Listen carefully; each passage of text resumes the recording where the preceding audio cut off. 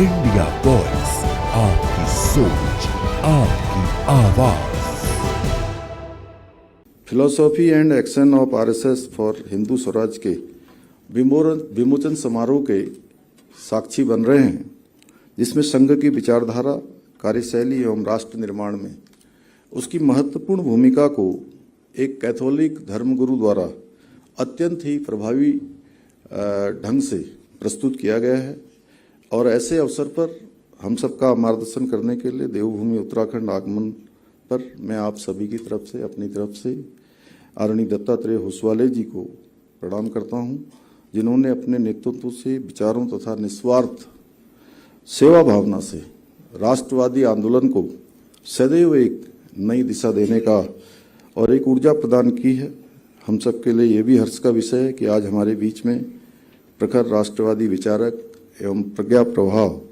के अखिल भारतीय संयोजक श्री जे नंद कुमार जी भी उपस्थित हैं, जो अपने गहन चिंतन से, लेखन से, वैचारिक मार्गदर्शन से निरंतर राष्ट्र के बौद्धिक उत्थान में अपना योगदान देते आए हैं। भाइयों बहनों, ये पुस्तक philosophy and action of RSS for Hindu Swaraj 1951 में, अभी प्रभात जी ने बताया, हम सबके सामने यहाँ पर बैनर में भी लिखा हुआ है, ऐसे समय में कैथोलिक पादरी फादर एंथोनी द्वारा लिखी गई, जब संघ अपना सिल्वर जुबली वर्ष मना रहा था लगभग 25 साल के बाद, जिसमें उन्होंने न केवल संघ की विचारधारा, संगठनात्मक संरचना और कार्य पद्धति का गहनता से अध्ययन प्रस्तुत किया है, बल्कि हिंदू स्वराज की मूल आत्मा को भी समेकित रूप से समझाने का प्रयास किया है। फादर एंथोनी कैथोलिक धर्मगुरु होने के साथ साथ एक दार्शनिक, लेखक और राजनीतिक टिप्पणीकार भी थे। उन्होंने पहली बार, जैसा अभी आदरणीय नंद कुमार जी ने बहुत विस्तार से बताया, कि सूडो सेकुलरिज्म जैसे शब्दों द्वारा अपने राजनीतिक फायदे के लिए प्रयोग करने वाले के जो असल मंसूबे थे, उनको मैं कहूं अगर दूसरी भाषा में, तो उन सभी को बेनकाब करने का काम उन्होंने उस समय किया था। और उन्होंने ये पुस्तक उस समय में लिखी थी जब राष्ट्रीय स्वयंसेवक संघ को लेकर समाज में अनेक प्रकार की भ्रांतियां और गलत धारणाएं फैलाई जा रही थी। उस चुनौतीपूर्ण कालखंड में श्री एंथोनी द्वारा निष्पक्षता और ईमानदारी के साथ लिखी गई ये पुस्तक कोई सांप्रदायिक संस्था नहीं है, राष्ट्रीय स्वयंसेवक संघ ऐसा उन्होंने कहा, अपितु राष्ट्र निर्माण के लिए समर्पित एक अनुशासित और आध्यात्मिक चेतना से ओतप्रोत संगठन है। उन्होंने अपने लेखन में यह भी स्पष्ट किया कि हिंदू स्वराज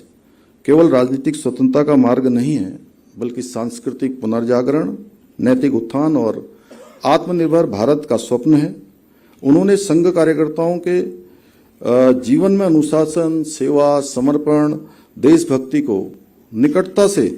देश और दुनिया को इससे अवगत कराने का काम किया और संगठन भारत के निर्माण में वास्तविक आधारशिला है, ऐसा भी सबके सामने प्रस्तुत किया। उन्होंने पूज्य डॉक्टर हेडगेवार जी और पूज्य गुरु जी के व्यक्तित्व और कृतित्व, विचारधारा के बारे में विस्तार से बताया कि किस प्रकार उनके नेतृत्व में राष्ट्रीय स्वयंसेवक संघ ने भारत के सांस्कृतिक पुनर्जागरण में, राष्ट्र निर्माण में और सामाजिक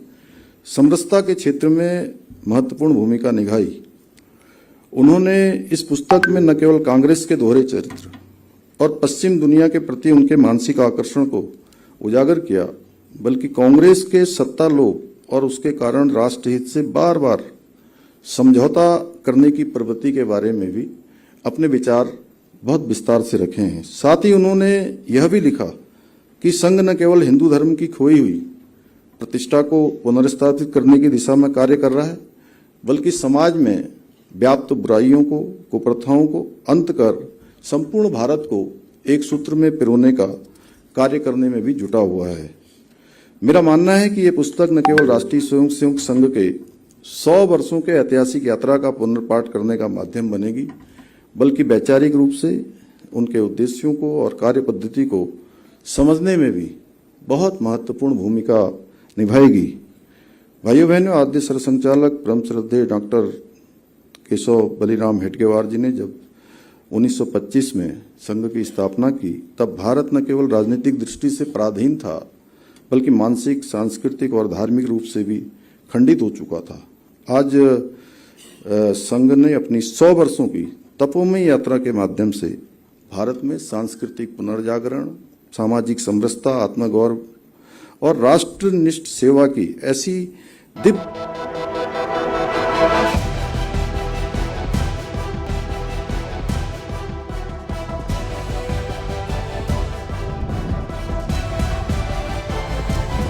इंडिया वॉइस, आपकी सोच, आपकी आवाज।